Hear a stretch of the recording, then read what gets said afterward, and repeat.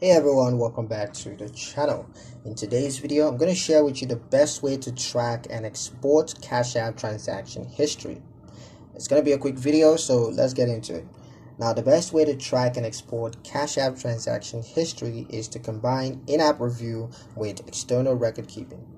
Regularly review your activity tab to stay aware of incoming and outgoing payments, and use transaction notes to add context to each entry.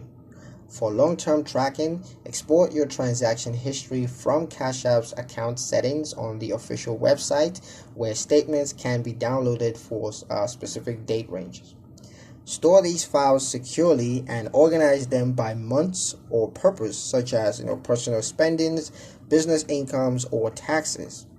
Avoid waiting until the end of the year, as frequent exports reduces errors and missing data. Consistent tracking turns your Cash App history into a reliable financial record rather than a cluttered activity feed.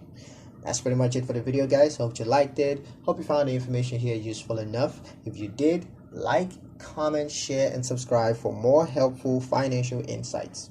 Thank you guys for watching, and I'll see you in the next one.